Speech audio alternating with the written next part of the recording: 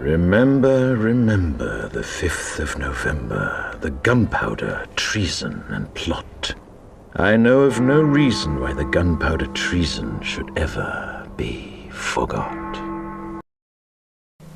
On November 5th, Americans are going to be voting for president for the 60th time in their history, and some would say it's one of the most consequential elections they've ever had. Meanwhile, across the sea in the UK, they'll be celebrating another Guy Fawkes Day, like they've been doing for more than 400 years since 1605. Guy Fawkes Day is also known as Bonfire or Fireworks Night. Guy Fawkes was the infamous plotter behind the Gunpowder Revolution of 1605 when he tried to blow up the Parliament buildings and overthrow the government. It's hard not to see some ominous parallels between Guy Fawkes and his motivations and Donald Trump and what he's been trying to do, especially considering the turbulent landscape of American political divide. The intriguing fact that the American elections in 2024 fall on November 5th, the same day that Brits celebrate Guy Fawkes Day, is ripe with symbolism. The story of Guy Fawkes has come to represent an awful lot of things in political activism and popular culture. At the beginning of this video, I used a clip from the movie V for Vendetta, which popularized Guy Fawkes and the Guy Fawkes or the anonymous mask. That mask, which has been adopted by the group called Anonymous, the hackers group, is widely seen throughout the internet, and it was introduced in that movie. Guy Fawkes celebrations are composed of fireworks and bonfires and burning in effigies of Guy Fawkes. Basically, they are commemorating the victory over a small group of people who tried to overthrow the government and force their view of how things should be on the entire population. There's actually a poem, Remember, Remember, that is a nursery rhyme, and kids are taught that in school. So, are there actual similarities or comparisons to be made between Donald Trump and Guy Fawkes? Well, the Brits sure think so, and they were well ahead of us. Way back in 2016, on November 5th, 3 days before the US elections that ended up electing Donald Trump as president, they dedicated their Guy Fawkes effigy burning to Donald Trump.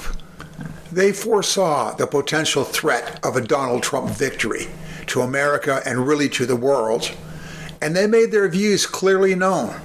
Have a look at this.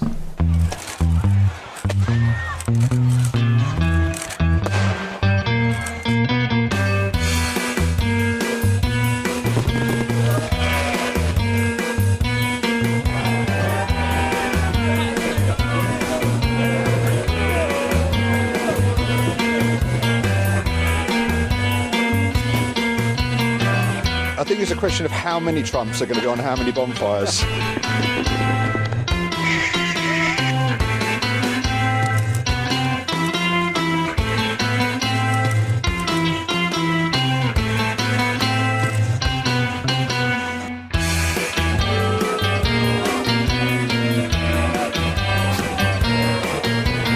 So indeed, I'm not the only person who sees similarities between historic events more than 400 years ago and the situation we find ourselves in now.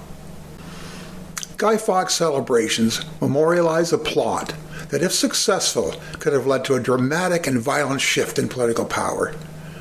With this year's elections, the polarization is so intense that many fear protests, civil unrests, or even violent uprisings if either side does not accept the results.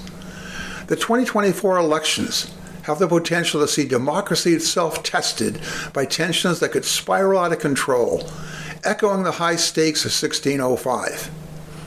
Back in 1605, Guy Fawkes and his fellow conspirators were trying to disrupt the status quo by extreme means, much like Trump is advocating now. The current elections are taking place in a climate rife with conspiracy theories, allegations of election fraud, political cover-ups, and distrust in democratic institutions that Trump's claims have fueled. Both events are marked by attempts to either subvert or maintain power in times of extreme political turbulence. Guy Fawkes has always been a strong symbol of defiance against government oppression, especially in popular culture and with political activists. Similarly, the rhetoric in the 2024 elections, really on both sides, portrays the stakes as revolutionary, whether that be Trump's call to take back America or Harris's efforts to renew faith in democratic principles and institutions.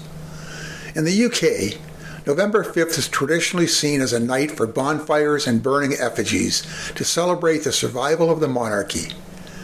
But the subtext has changed over time, and it now reflects resistance to authoritarianism and totalitarian governments. In the context of the 2024 elections, the choice is frequently framed as a battle to protect democracy against authoritarian tendencies that are associated with Trump and his continuation of a polarized and entrenched partisanship. Today, there are real fears on both sides of the American political divide that freedom and democratic institutions are under threat, whether that be from Trump's efforts to undermine confidence in the election process or the perceived control of the deep state. So where does that leave us now? Any comparisons of Donald Trump to Guy Fawkes may seem far-fetched, but you've got to acknowledge the similarities between the two men and their actions and their motivations.